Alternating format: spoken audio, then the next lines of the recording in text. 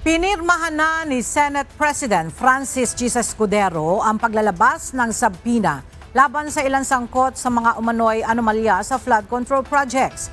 Alinsunod ito sa rekomendasyon ni Senate Deputy Majority Leader Rodante Marcoleta, Chairperson ng Senate Blue Ribbon Committee.